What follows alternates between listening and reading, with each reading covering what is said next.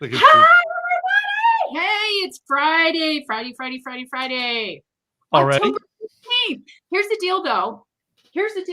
Yesterday, the 14th, was my birthday. Oh, I'm betting you're old now. No, I'm only 29. Can I get away with saying that on our show that you're old? It's only a number, dude. It's only a number. Uh, That's all I can say. It's only a number. before we get into our topics today, and speaking of like, do you ever go through your topics on like Facebook or your history on Facebook or your social media channels, which says in this day in history, this happened and you did Yeah. this? Yeah. In this day in history, 5 years ago, I got to speak in my hometown, the town I was born in, for the first time Pennsylvania, ever. right? Huh? You said you were in Pennsylvania? Yeah. I I spoke, remember. and my Aunt Jean was in the audience. My wife was in the audience. My oldest cousin Cindy and my daughter were all in the audience. How cool. 5 years Uh, ago. that was 5 years ago today.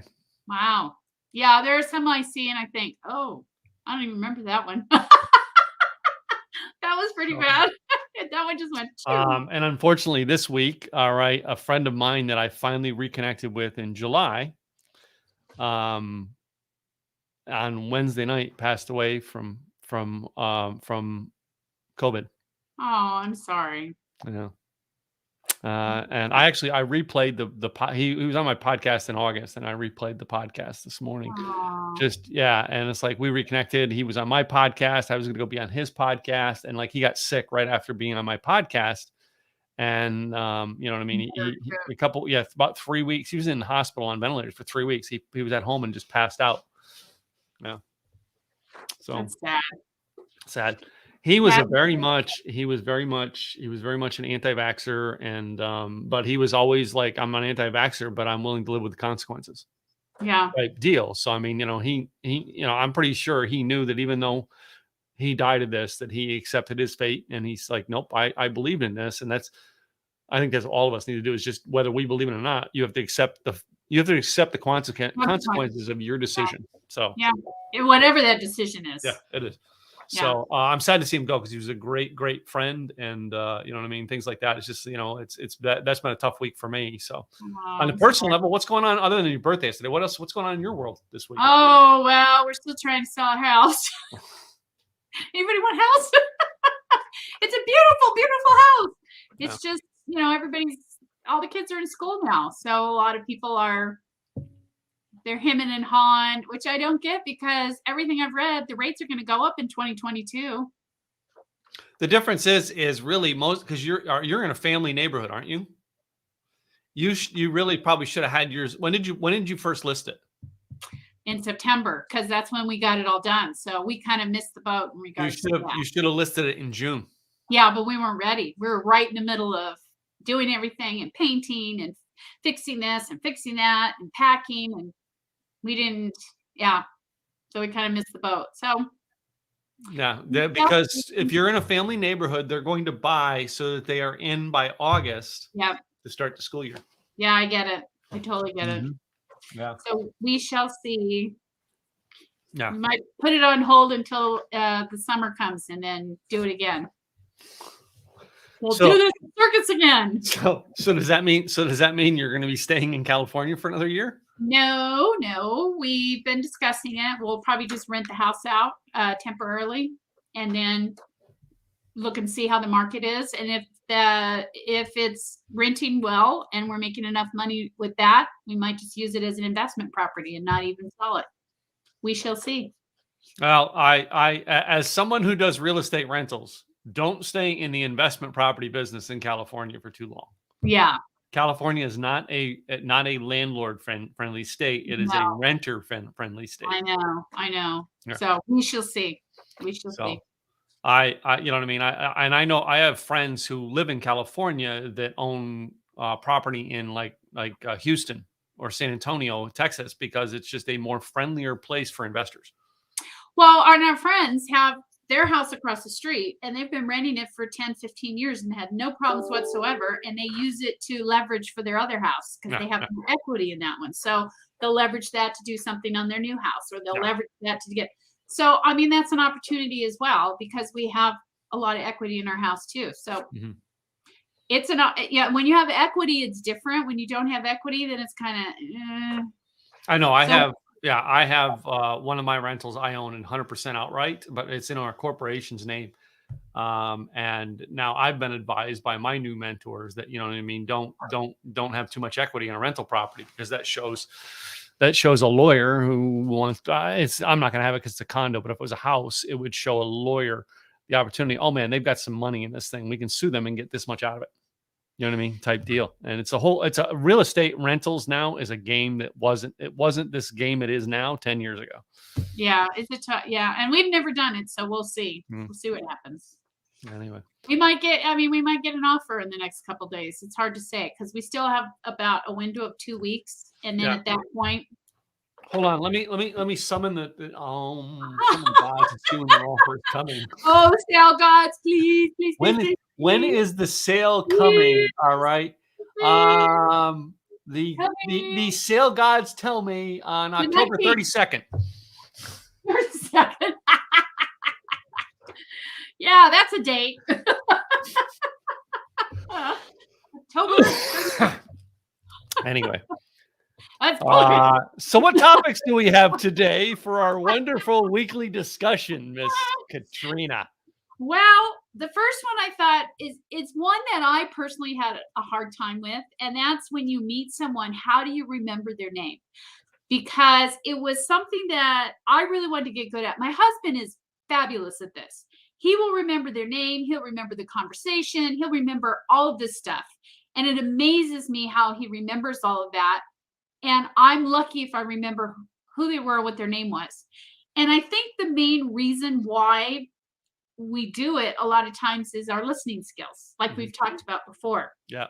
But they say either in business or personal that you get more of a response when you know that person's name. When you approach them and say, "Hi, Tim, it's great to see you again," instead of, "Hey, how's it going?" You know, it gives them, as opposed to mine. Hey, guy, what's up? Yeah. Hey, hun. That's me.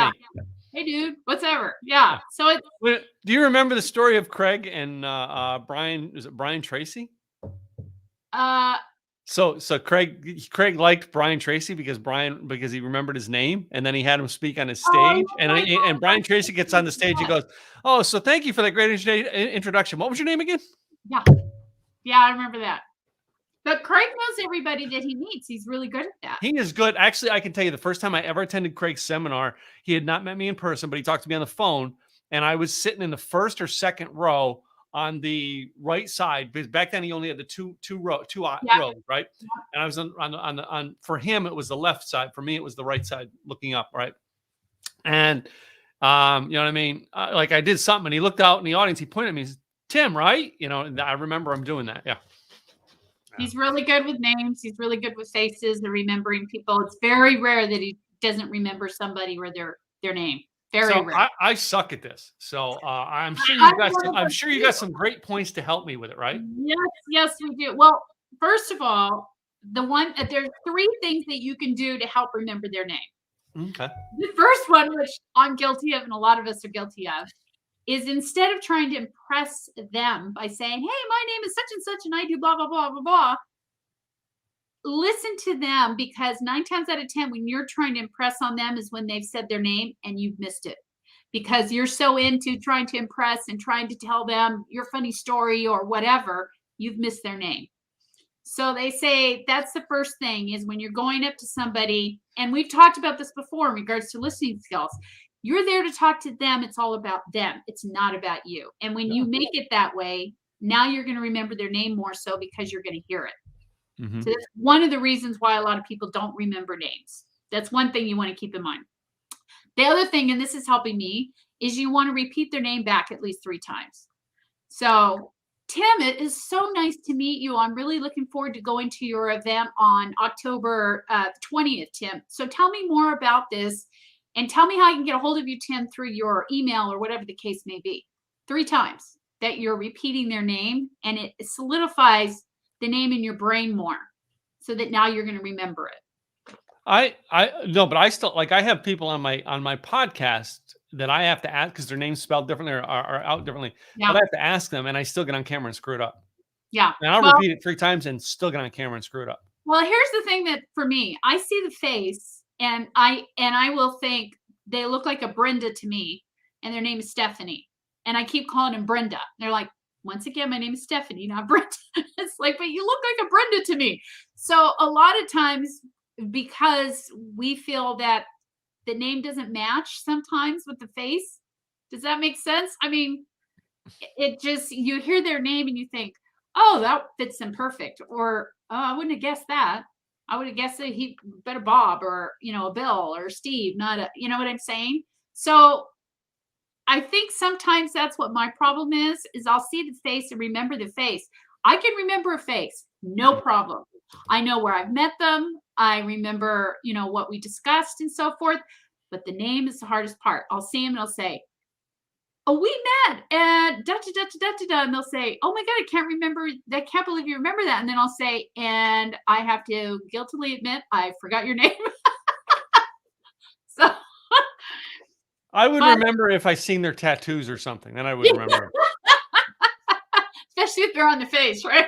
No. Do you remember the movie Overboard with Goldie Yes, Hawn? And yes, and we're basically he was strawberry butt. Kurt Russell. I mean, the two of them were married together for years. Yep, But like he's like doing something and he sees her bend over and he sees the tattoo, yep. right? Or birthmark, The whatever it was. birthmark. That's like the site, the strawberry birthmark. Strawberry birthmark. So yeah, so then that was how he identified her at the hospital. And they're like, oh my God, she does have it. So it's like, yeah. So things he paid attention to. And that's the big thing too. Anytime you're having a conversation with somebody, that's the whole key is paying attention to their name, paying attention to their face, paying attention to certain features. Because that's the other one that they're talking about is you pay attention to unique features in their face and you remember those. Some people will, I know this sounds bad, but some people will look at them and think, oh, so-and-so, he reminds me of a monkey because his nose and the way or so-and-so reminds me of a turtle because it's just, when you put those things together, it helps you associate the name better. So those are the 3 things that they talk about. Number 1, of course, is showing interest in them and listening instead of trying to impress on them what you want to say. Number 2 is that you're repeating their name 3 times so that it gets solidified in your brain. And number 3 is finding something unique, some feature that's unique on their face that reminds you of something, or maybe it reminds you of a song, whatever the case may be. And that way you can remember their name that much more. It brings it to the forefront.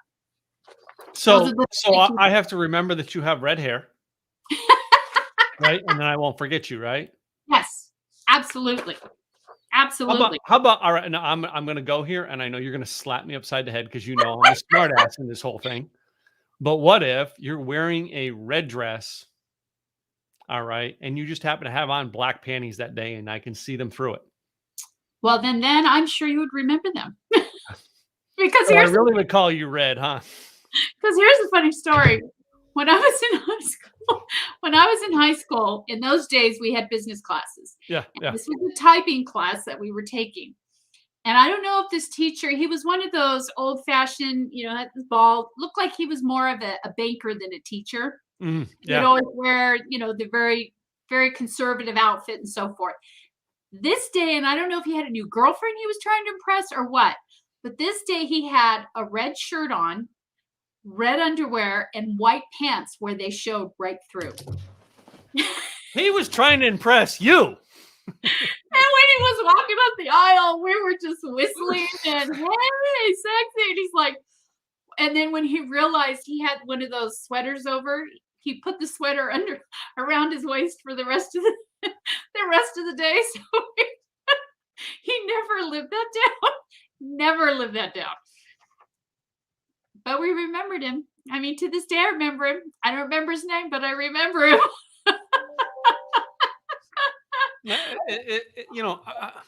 I can't remember the lady's name, but I can remember the one lady that I thought was pregnant.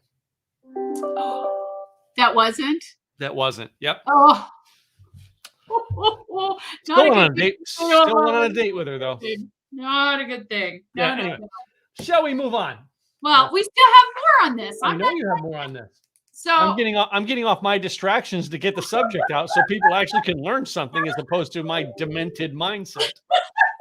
So here's the thing that's really interesting too is you not only do you want to pay attention to what they're saying, but you want to capture that, especially when it's personal things that you want to remember, like their likes, their dislikes, their job, their kids. And my husband is so great at this that he will go to parties, remember what they said, and then see him again and say, "Oh, so how's your daughter? Last time we spoke, she was going to college. I think her name was Sarah. Is she all, in with the dorms? Did you get her all settled in?" And they just look at him with this dumbfounded, how the hell did you remember that? Mm-hmm. I can't believe you remember that conversation. Because when we really truly listen is when we capture those moments and those tidbits that now we can talk to them the next time. And now they're so impressed that we remember these things. 9 times out of 10, they're going to do business with you instead of the next guy. Yeah. So it's a huge business thing. But I mean, I've gotten down to where that is, and I've gone into conversations, and I heard this because of the church I grew up in. I had this gentleman at my church who was like, like as a child was like a camp counselor or something, right? But every time I would run into him all the way through my teen years, he kind of knew what was going on in my life. And just, so Tim, how's it going with the new school? Tim, how's it going with, and I was always wondering why. And I found out this is a weird secret that just, for Christian people is, because he was always praying for me. So God was always revealing to him, what was going on in my life. So he knew what to pray for. So that's how he knew me. All right. In a very interesting way. And that's it. I may not remember your name, but if God's touched on my heart as a Christian enough to think about you, he's going to touch on me to remember your name. Yeah. Right. And, where I may be praying, well, I'm praying for Katrina, but what is it about Katrina? Huh?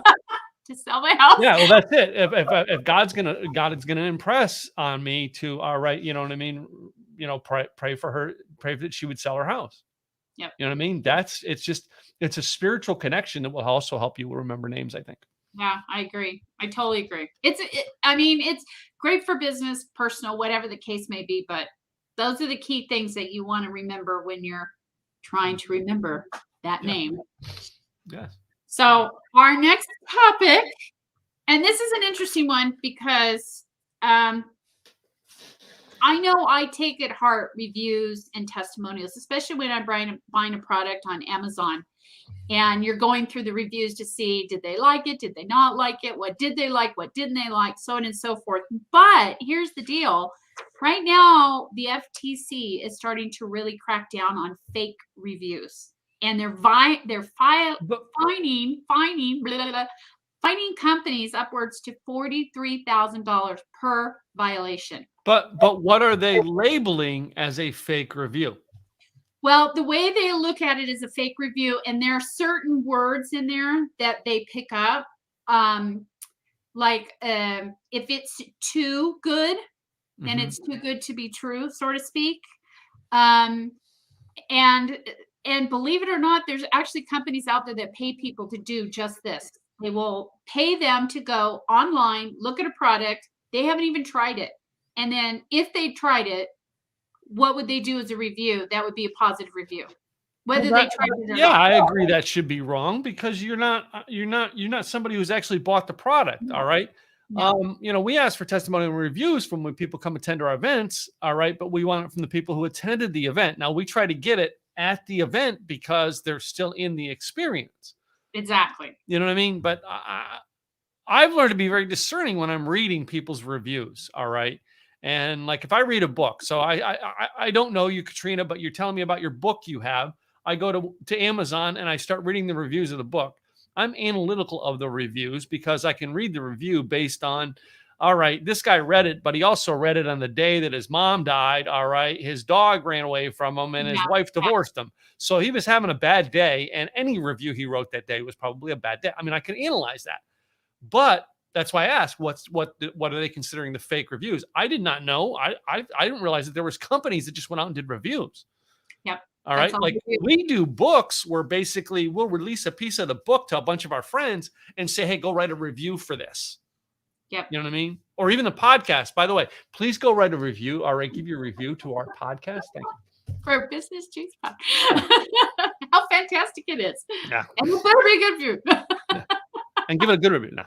Get a good review. But anyway, what else you got on that? Because the FTC's going down on it. What else is going on in there? Well, and part of it though too is that when you're looking at things, if there are no bad reviews whatsoever and it's all good across the board, then you kind of wonder, because there's going to be somebody that doesn't like something. And that's what you would consider a good review. And it's kind of hard, like you said, it's kind of hard to figure out what's the fake review and what's the real review, because they're getting better at writing these reviews. Now, Amazon does a good job, because I don't know if you noticed or not, but when there's a review, they will say that they are a verified purchaser. Verified purchaser. So that means if you have been purchasing a lot from Amazon and you do a lot of reviews and they like your reviews, they'll start sending you stuff to review and try it out, you know, let them know about it, then do a review on it. So wait a minute. So Amazon is now, if I'm a verified purchaser, does that mean they verified that I purchased the product I'm reviewing, or does it verify that I'm a purchaser of theirs and they've asked me for reviews? Do you see what I'm getting on the two different? No, my understanding is because you buy a lot from Amazon and you do a lot of reviews on Amazon on these products, they see that, they send you things for free sometimes, or at a very discounted price, and then you review it. And the whole point is, after you've done using it or going through whatever the item or product is, then you put your review on, whether it's a good review or a bad review. But that's why it says verified purchaser, because then they know that it's somebody that has already purchased products through them, that's already done reviews and so forth. So it makes it more legit than somebody, just a company that they're paying for to do reviews for them. And that's how Amazon has gotten, because they were having problems too with getting fake reviews. And it wasn't necessarily from them, it was from the people that were selling the product. So they were buying the reviews to be put on Amazon.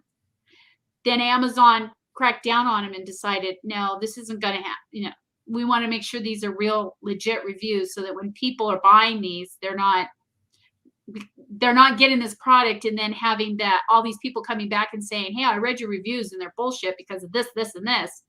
Then they lose credibility. So that's how they overcame it. But I mean, a lot of people put a lot of stock into these reviews and testimonials, because that's how they decide whether they're going to go with you as a business or whether they're going to buy your product or service. So like you said, they have to be true reviews based on that moment and when they're utilizing it. And that's why, you know, that's the best way, is when they're at the event, have them do the review at that time. But as we know, not everybody does that. A lot of times it's like, yeah, I'll do it later. And we've talked about this, where it's good to put testimonials on your site as well as reviews.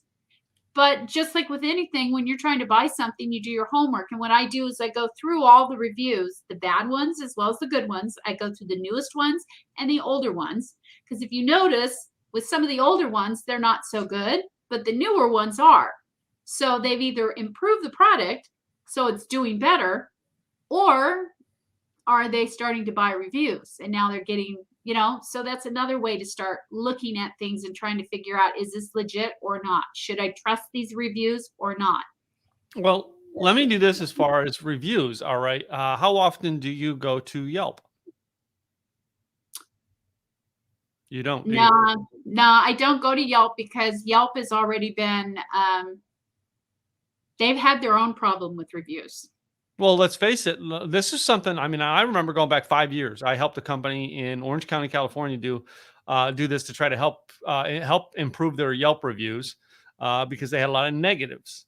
And basically, when studying the industry, we realized that 90% of the people who go to Yelp on a regular basis, they go there to bitch. They don't go there because they had a good experience. They go there because they had a bad experience. Now, flip that. We both know a gentleman who's a lawyer in Las Vegas, Robert. Robert is like on Yelp. He is like the top rated, lawyer in the personal injury space because of the fact he learned how to help his clients and then get his clients to go to Yelp and leave a positive review. Yeah. So, yeah. So I mean, anytime I'm looking at reviews a lot, I look at testimonials are another thing too. I mean, you don't know that a company just, here, I'll pay you $20, give me a testimonial. No, I don't know. Yeah, no, I don't do that, especially in our space, because I just don't, to me, it's not honorable to do that. I want people's actual reaction to what we did.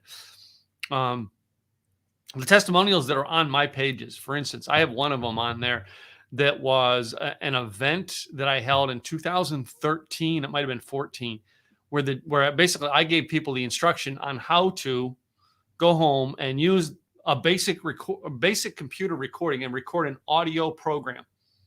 All right, with simple instructions on an audio program, and then burn it onto a CD, how to make a CD cover and stamp it on there. And this kid went home from my seminar on day 1, did that, and came back in on day 2 and showed it.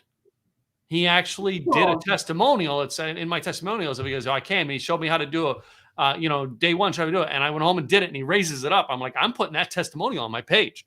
This is a guy who got instruction, went home, did it, and then gave me a testimonial. So, yeah. And we've talked about it too. It's one of those key things you want to put on your website so that people can see that you're not only a legit business, but that you've got clients that are happy with you, that are happy utilizing your services or your product or whatever the case may be. So, like I said, people put a lot of stock in those reviews and testimonials, and you want to make sure they're legit. So you got to figure out what's legit and what's not. But the FTC has really started to crack down because it's gotten way out of control. Bottom line, all right, you got to learn to do your homework on what's right and what's wrong, right? Exactly. Yeah. So I mean, like me, I've learned to analyze things to know what's right and wrong. I can analyze and go, yeah, he wrote that bad review because he was having a bad day. Okay, he wrote that good review because he writes a good review for everybody. All right. So there's ways to analyze it, and I've learned over the years on how to do that. Yeah. But that's a skill that'll take time for most people. They're just going to have to learn to do their own homework. Exactly. And that's what I do. I just go through, like I said, I go through the new ones, I go through the older ones, and then I see what the difference is between them and what's the key thing that people have either complained about or said was really good about this product. You look at the 5 stars and then the 1 star. So like I divide them by 5 star, look at them. I divide them by 1 star, look at what they said. I did the same thing. Yeah. The same thing. Yep. So well, guess what it's time a good it is. way to figure it out. Yep. Guess what time it is. Guess what time it is. What time is it? It's time for our website tip of the week. Dun, dun, dun.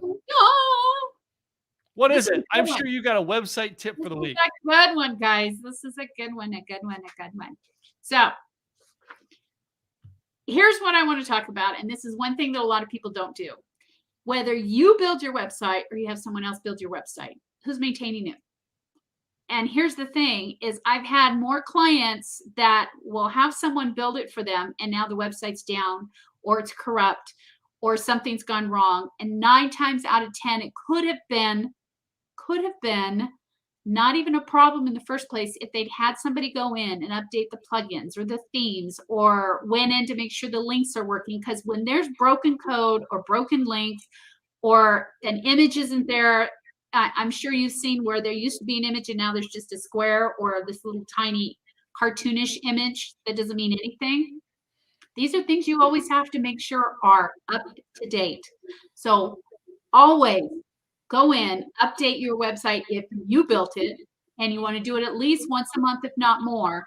And if you had somebody do it for you, make sure you hire them for their maintenance program because it's going to save you a lot of time and a lot of money in the long run. That's my tip of the week. Interesting. Guess what? I've actually got an interesting content tip of the week this week. Woo-hoo. You ready for this? Yeah. What do we got? All right. So here we go. Ladies and gentlemen, all right. One of the things I learned this week, last week I was at Starbucks and I talked about this a little bit last week too, was running into my friend Jeff, and I'm trying to get Jeff on my podcast now. I am so fortunate this week that I actually have a podcast and I get people on it. All right. And I know I brought this up time and time before, but guys, you need to put on a recording and interview of those people who are important in your life. You'll be glad you have a video of it. All right. Even if you record things that you do with your kids, record them. It can turn into content, yes, later. But you know what? Those are memories that you've gotten locked down for legacy. All right. To always remember this time in your life. Basically, everything you're doing with content is a documentary, because someday you're not going to be here. Someday you are not going to be here, and your family is going to be so glad that they can view that content because you created it. Yep. Stop worrying about what you're creating and just document your life. Good one. Good one. Good one. Yay. Good one. Yeah. Good one. Yeah. Okay. So what's our next topic, Miss Katrina? Our next topic, it's a good one. It's a good one. So I know in news, everybody hears about the big thing, is a company too big to fail? And I thought this was kind of an interesting concept, because a lot of times people will look at that company and they'll say, oh, they're buying out the competition, or they're just trying to gobble up all the small businesses and so forth. But let me ask you in a different light. What if that company was your company that they are saying is too big to fail, that you worked years and years and years to build, and you are very proud of what you've put together, and now people are saying, no, they're too big to fail, you're too big to fail, so you got to be broken up. No, not going to happen. What if it was your company? What do you do? I mean, we're all taught that we want to build our company into this big thing with a whole team of people that are helping us manage everything and getting more and more clients. But if you're that company that everybody's saying, no, you're too big, we need to break you up. I mean, well, shouldn't it be your company and you decide? But well, if that depends. If you're a publicly owned company, now it's a whole different story. If you're privately owned, then you have that can go back to the 2008, 2009, when basically we bailed out the auto industry as Yep. as well as banks. Yep. Mm-hmm. I was not in favor of bailing out automotive industry. I was not, and the industry and the company that I respected the most was Ford, because they refused to take the government's money. Yeah. And walked away. Now, do you remember in the 1980s when there were government loans that Chrysler took out that basically said Chrysler was done, and Lee Iacocca not only built that company back but paid those loans back off early, and everybody was like to Lee Iacocca, why are you doing that? No one ever pays them off. Nope. Well, I mean, it's just because when you look at a company as your entity, and I've seen this happen before, where companies will go public because they think that's a good thing, and then they end up going back to private, because when you're public, you have a lot more fiduciary things that you have to abide by. You have to abide by rules out there. Yeah. And sometimes, and that happened with Apple, where Steve Jobs, he went public and he got kicked out of his own company.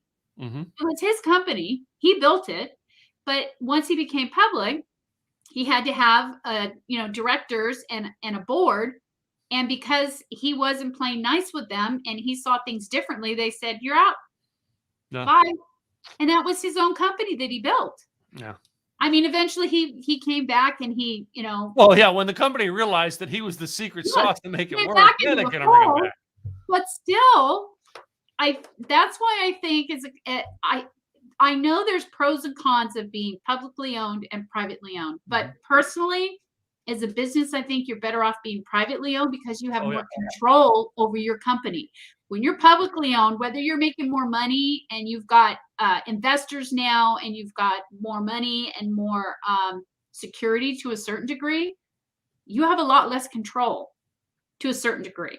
But that's why this kind of comes into play, is if you're too big to exist, I mean, what's considered too big to exist? And that's what people were talking about in 2007 and 2008 with the banks. Mm-hmm. Why are we bailing them out? If they're too big to exist, then, I mean, if if I'm not making that money and I'm not paying my bills, they're going to force me to I got to do bankruptcy. They're not going to bail my ass out. So why are we bailing them out? And that's something that a lot of people were having a hard time accepting. But because the economy was so attached to all of that, as well as the housing, they felt it was going to be even more detrimental if they didn't do something about it. But I mean, like you said with Ford, they said, no, we'll do it on our own. We'll get ourselves out. Don't worry about it. We're not going to take the money. And they did. It goes back to that. I mean, let's use story and analogy. All right. For this. All right. The story of the two college football coaches are standing there watching their team. And all of a sudden, all right, the quarterback fumbles the ball, and the biggest defensive player on the opposite team grabs that ball and is heading for the end zone. Yeah. And it looks like he's going to get it. And this tiny little quarterback trails all the way down the field and nails him and tackles him at the 5-yard line. And the coach from the other side comes over and says, how the heck did your little quarterback catch my biggest, fastest running defensive player in that short of time? And the coach simply said, well, your player was running for 7 points. My quarterback was running for his life.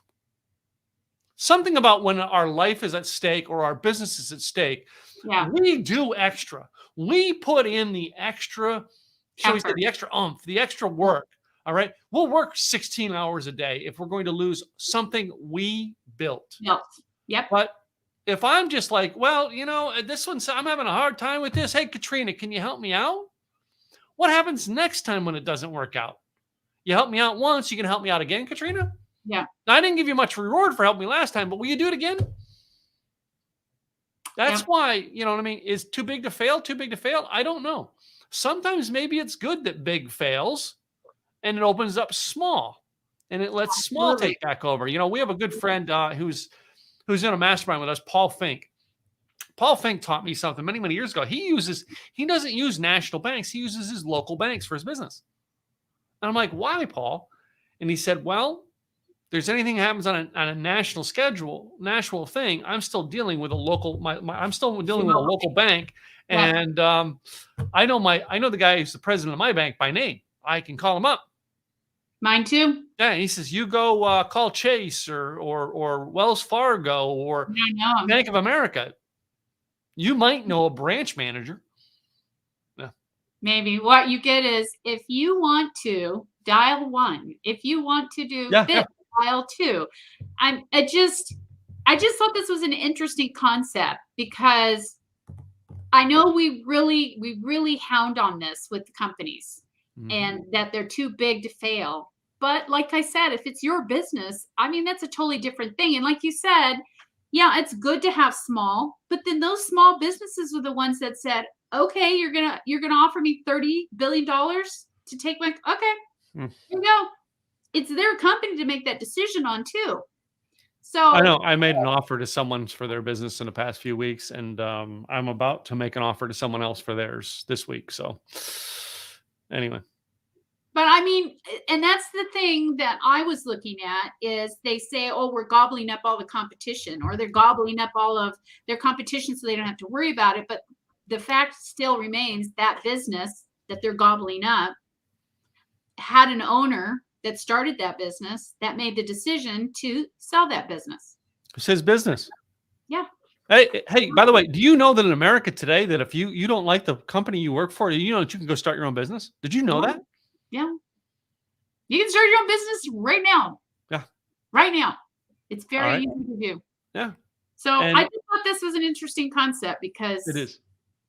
And it just depends on what side you're on. And I agree with, the mom and pops and so forth, and they should stick around. But the matter of the fact is, they still were the ones that sold. Well, that's it. All right. And there are projects out there. You remember this? You remember this Snapchat? I'm not on Snapchat. You're not on Snapchat, are you? No. Snapchat, when it started, actually, I think Facebook offered to buy them. Yep. And they turned it down. Yep. They did. Now, which they ended up becoming a competitor. Facebook eventually, got Instagram, right? But we go back in time to buyouts.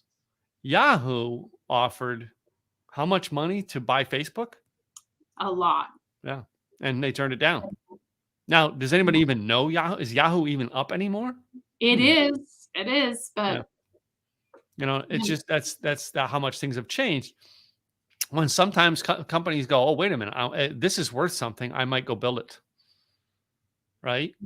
Or sometimes they're going, well, I'll take my money and I'll go build something else. Mm-hmm. So. And start something. Yeah. And they might even start something that's even better. Yeah. It's hard to say, but I just think this is an interesting concept that too big to fail. I don't know. Don't know.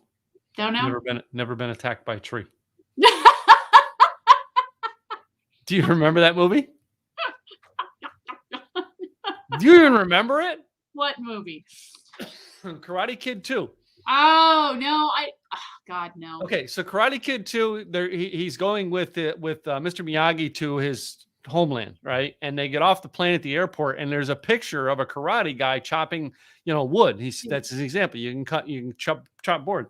And he says, Mr. Miyagi, have you ever done that where you've actually chopped the tree in half? And he goes, can that be done? He goes, I don't know. Never been attacked by a tree. I don't remember that. Because Mr. Miyagi was all about karate was for defense. Yeah. It was not for attack. It was for defense. Yeah, that's true. I forgot about that. Sorry. Bless you. Excusez-moi. Okay, I'm going to let you take our last topic because it has to do with coaching and why it's gotten so popular for so many people.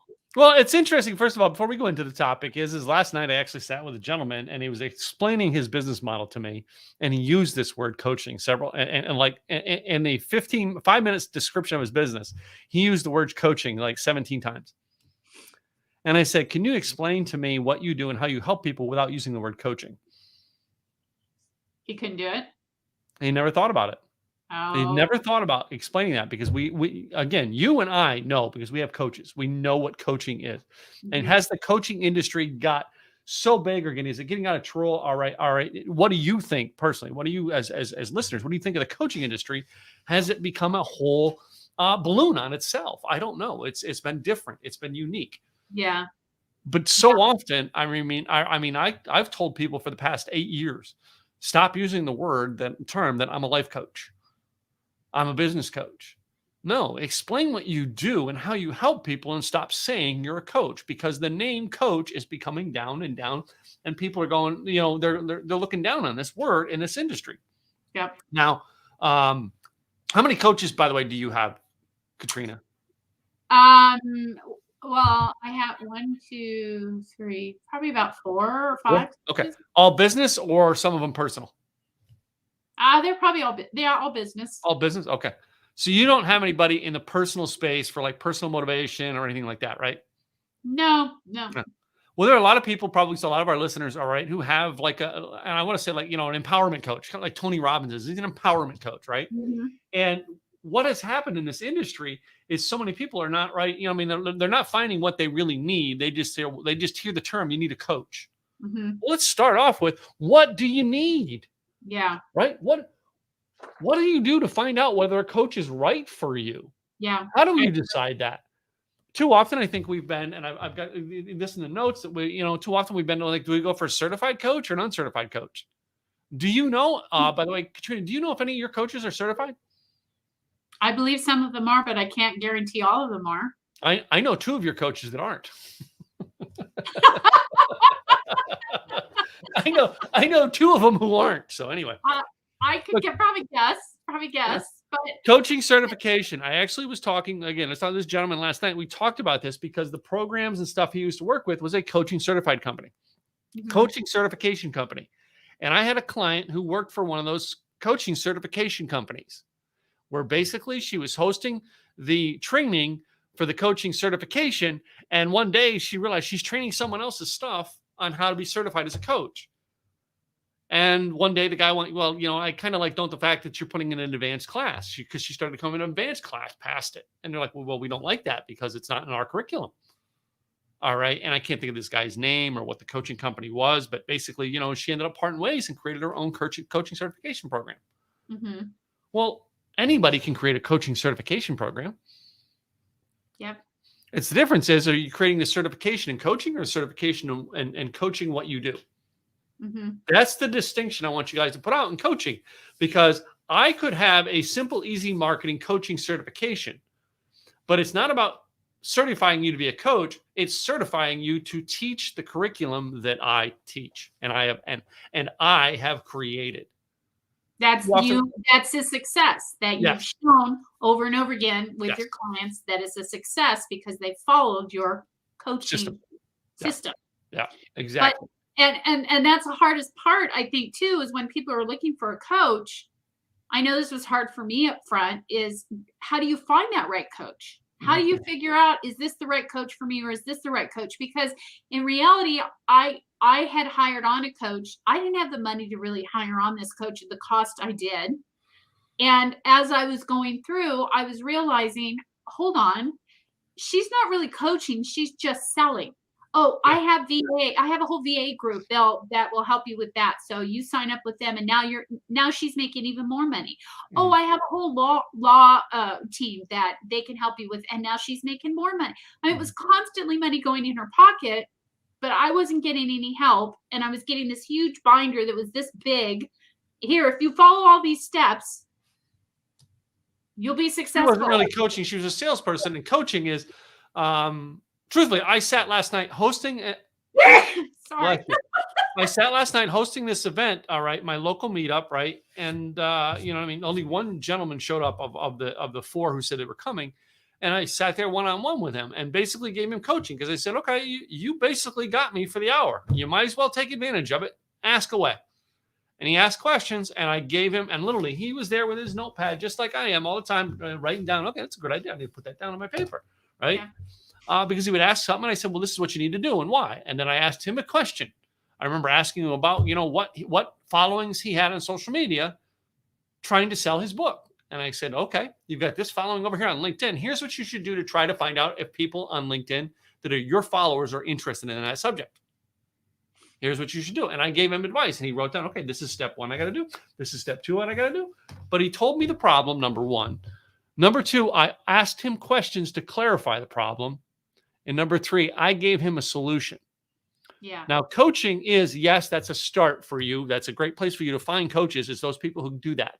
Yep. But the second aspect of coaching is, if he then chose to actually take that to another level and wanted me to follow up with him, now I sell. Now I say, well, Katrina, would you like me to help you do what I just outlined for you? If you say yes, I said, great, let me offer you a program that I offer to do that. Mm-hmm. This is how I can help you do that. That's where the selling comes in. Yeah. So I coached you, but I wasn't a hired coach by you. So I was able to let you see how I may be able to help you now in a consulting fashion. But now I'm able to go, okay, now do you want me to help you to do that? Now the relationship, if you said yes, the relationship goes into a different form. Yeah. Now it is every Monday, Tuesday, or, whenever we have our coaching call, you're on the call with me. And I say, okay, Katrina, last week I told you to put out 2 posts on your LinkedIn, all right, that were 300-word blog posts on your LinkedIn, all right, to try to engage people. Did you do that? Well, no. Great. Coaching session's over. Katrina, go do that. Come see me next week. If you did yes, Tim, I did that. I did both. Said, okay. Post 1, what was the results you got?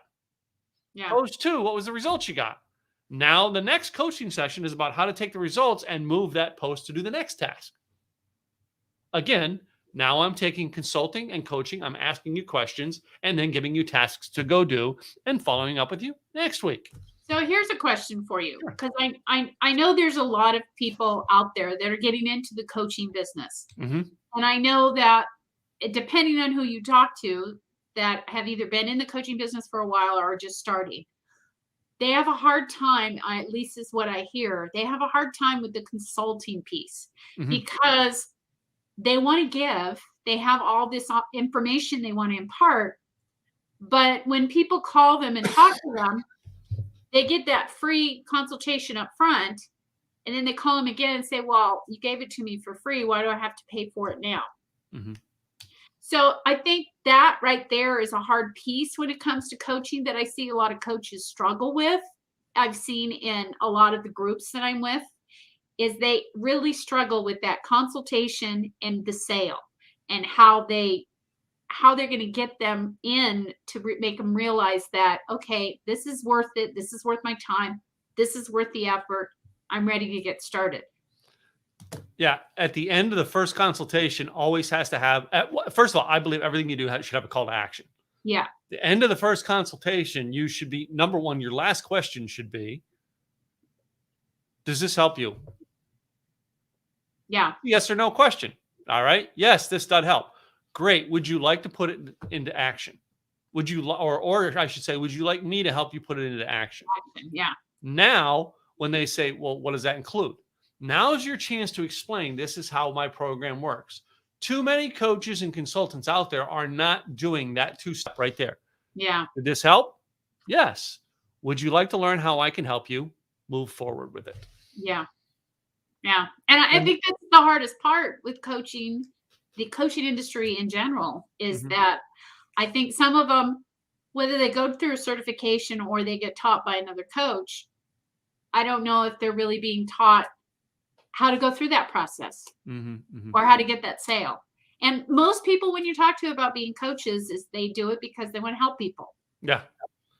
Most coaches are there because they want to help people. That's why they're in the business doing it. They really don't have a lot of, shall I say, new or inventive ways to do things. They just have a way that they are confident in doing things.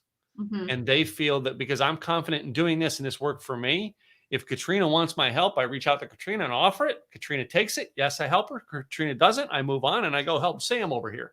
Yeah. You know what I mean? That's the coaching industry. Whereas right now, there's a ton of people getting into it going, well, I can make a ton of money as a coach. Oh, I should go do this. I didn't get into coaching that way. I got into coaching because Zig Ziglar basically explained to me that I was coaching people for free. Yeah. And said, you know, you got to tweak it because you can't do it in that industry anymore. But that's what you're doing. You're coaching people for free. There are people who will pay for that service. That's where you make money doing it. And the coaches who are just out there to try to sell, first of all, I hate it when I hear a coach on stage talk about, well, let me tell you how I do well in coaching and how I sold $13,000 million and whatever in coaching last year. And I'm like, I don't care. What did you help your clients do last year? It's exactly. Yeah. And how are you going to help me? I mean, and how are you going to help me? People who are sitting in that audience, they don't care how much you made. They want to know, how are you going to help me get past A, B, or C? Yeah. How is that going to? Yeah, one of the notes we had down on here are people are looking for someone to be to confide in. All right, and that's it. They want to know that they can trust you. And if the first thing you're going to brag about is how much money you made from them, that's going to be a like, I don't know if I'm going to confide in you yet. Yeah, you just ran out and bragged about how much money you made from me. Yeah, that's not a sign of getting people to confide in you. All right. But when you actually share, like I share all the time, one of my top clients who's doing very, very well right now is Terry Hardin. Terry Hardin is a Disney Imagineer. I love Terry Hardin. Right. And Terry got on camera because I pushed her to be on camera and do it right. She does more things on camera than I do. Right. Because of the way she did it. She actually set a camera up. Her husband, first of all, was into cameras, but she was like, confused on how to do it and make it in a way that people would be interested, and she didn't know if they were. But as a coach, I seen something in her and explained that if you do this and do a show on a regular basis, people are going to come and they're going to want to follow you because you're unique and they want to know that they have access to you.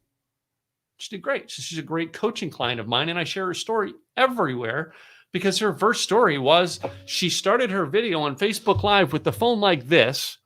And then she was like, well, no, I want it this way. After the thing was started, she turned it like this. And what everybody was looking at the entire time she was doing it was her like this. Because she did not know that you don't start the camera and then turn it. You turn the camera, then start it. Start it, yeah. And that one simple step was the biggest thing for Terry that she had to learn how to do. And that was something that I was easily to point out to her. Yeah. And it got her into going, oh, but if you think about it too, as business owners, a lot of us in some respects become coaches, especially if we're giving advice. I mean, I do web design and websites and membership sites and maintenance and so on and so forth, but I still give advice to my clients, and I still let them know that if it were me, I would do I would recommend, or blah, blah, blah, blah, blah. That's still advice. So it's still something that as a business owner you're doing. It's just a matter of, are you a coach, or are you just giving advice based on the information you're partaking to you're giving to your clients and so forth. So like I said, I think the coaching industry has really gotten so big because of all the crap that's going on right now. People just want somebody to talk to confide in, to figure out, am I okay? Am I not okay? Can I do this? Can I not do this? Can you help me, just get past all the muck? And I think that's why it's growing so much, because people don't want to go to a therapist, or they may not want to go spend the $120 an hour to go see a therapist and so on and so forth. So I think coaching is another way too, in some respects, to help people kind of have a negative connotation with therapists. Yeah. Yeah. And they, they're scared to go there and go, oh man, oh man, Katrina needed a therapist, man. And they talk down about it, as opposed to, Katrina hired a coach. Now it's like they look at you and they go, well, Katrina just wants to be successful. Just like the Green Bay Packers became successful because they had Vincent Lombardi as their coach. They hired a coach. The coach made the team better. Yeah. As opposed to, well, hired a therapist. Well, it's like almost like, well, she was sick and she got a doctor. Well, you're still sick, but the idea is, why I used the term earlier, like Tony Robbins, an empowerment coach. Yeah. You want to be empowered to do something with your life, as opposed to having someone dictate and direct your life. That's what coaching is. And it's just a matter of finding that right coach. Yep. So our question to you guys is what are you doing to find a right coach right now? Or are you even looking? Are you even looking? Yeah. Will a coach make a difference in your business? I truly believe they do. At the beginning, I didn't think so, but I think they do, because we all need help. Yeah. Yeah. So we all do, regardless of whether we want to admit it or not. We all need help. Yep. All right. Well, it's that time of the hour. Guess what? Where we got? Here's our guess what time it is. To talk about how you can get a hold of us. And it's time to have a great week. It's time to have a great week. But before we go, all right, make sure you go check out this lady. Here's her website. Where is it? Websitedesigns.com. Cool. And Tim. And like, I'm Simple Easy Events, or timgillette.com. I have too many websites to call, you know what I mean? All depends on what I'm doing for the day. timgillette.com is all about me and my speaking career and what I do to help people. Yep. So. Yep. Yay. That way you hit it. Which way do I go? That way. All right. All right, guys. Until next week, I'm Tim Gillette with Simple Easy Marketing. And I'm Katrina Garcia with KG Website Designs. Have a fabulous, fabulous weekend. And we'll be back next week, guys, with the business G-spot, as we love to call it. Ta-ta.